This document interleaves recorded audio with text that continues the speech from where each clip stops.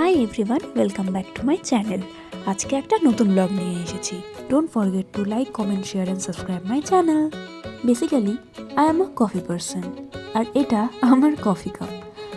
শীতকালে গরম গরম কফি খাওয়ার ভাইবটাই আলাদা, তাই চটপট করে বানিয়ে নিলাম আমার স্পেশাল ব্ল্যাক কফি।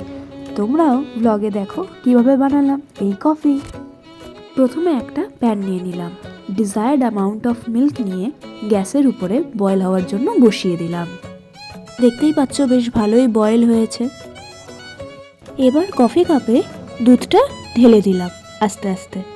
আমি যেহেতু ব্ল্যাক কফি খেতে খুব পছন্দ করি, তাই মোটামুটি 2 থেকে 3 চামচ কফি পাউডার আমি অ্যাড করে দিলাম। ফাইনালি ভালোভাবে একটু মিক্স করে নিলাম। ব্যাস, আমার coffee ready. Now I am enjoying it with a biscuit. আমার তো দারুণ লাগে ব্ল্যাক কফি খেতে। হ্যাঁ, একটু তিতকুট, তাও বেশ ভালোই লাগে। তাহলে আজকের ব্লগ আমি এখানেই শেষ করছি। কালকে আবার তোমাদের সাথে দেখা হচ্ছে।